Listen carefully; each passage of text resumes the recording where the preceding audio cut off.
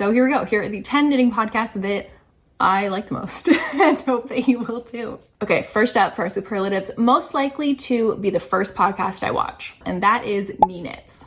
I have a hard time quite pinpointing like what it is exactly that I like about her channel so much. I think that's so much of not just knitting podcasts, but I listen to a lot of regular podcasts in general during the day while I work, because a lot of my work as a graphic designer is so visual that there's space in the brain for other things to be going on. So I listen to a lot of podcasts, and I find it really hard to find new podcasts just by looking in sort of a topic-based way, because for me, so much of it is just a vibe.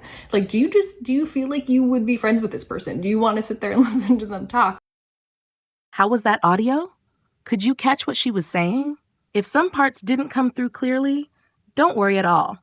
That's exactly why we're here, so we can go through it together, step by step, and make sure you understand and feel more confident each time. Let's break it down together. So here we go. Here are the 10 knitting podcasts that I like the most and hope that you will too. So here we go.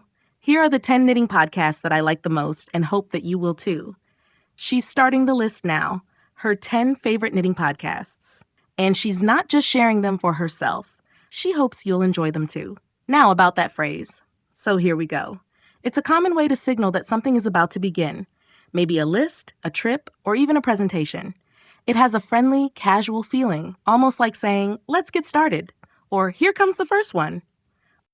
Okay, first up for our superlatives, most likely to be the first podcast I watch, and that is Me Knits. Okay, first up for our superlatives, most likely to be the first podcast I watch, and that is Any Knits. She's starting her list by giving each podcast a playful award or title. In this case, the title is most likely to be the first podcast I watch. And the winner here is Any Knits. Let's talk about that word, superlatives. Normally, it means adjectives that express the highest degree of something, like best, most interesting, or funniest. But here, she's using it in a fun, high school yearbook style. Think of phrases like most likely to succeed or most popular. It's a lighthearted and creative way to give each podcast its own unique title. I have a hard time quite pinpointing like what it is exactly that I like about her channel so much. I have a hard time quite pinpointing like what it is exactly that I like about her channel so much. She's saying she isn't completely sure what it is that makes her like this channel so much. When we use the word pinpoint, it means to clearly identify or define something very specific. In other words, she finds it difficult to say precisely why she enjoys the channel, even though she knows she does. I think that's so much of not just knitting podcasts, but I listen to a lot of regular podcasts in general during the day while I work.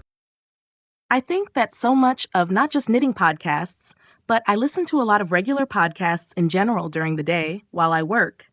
Here she's talking about her listening habits.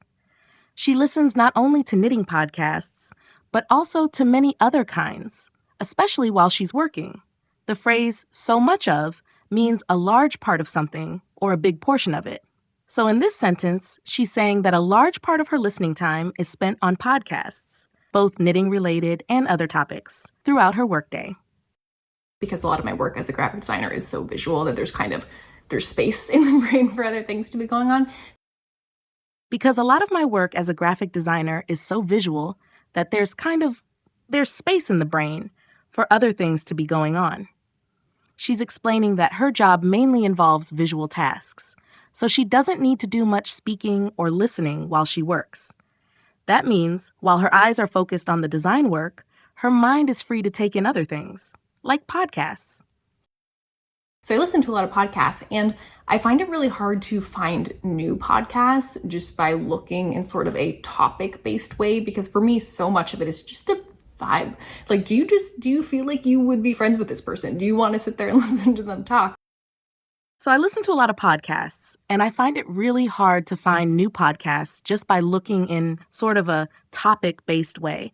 Because for me, so much of it is just a vibe. Like, do you feel like you would be friends with this person? Do you want to sit there and listen to them talk?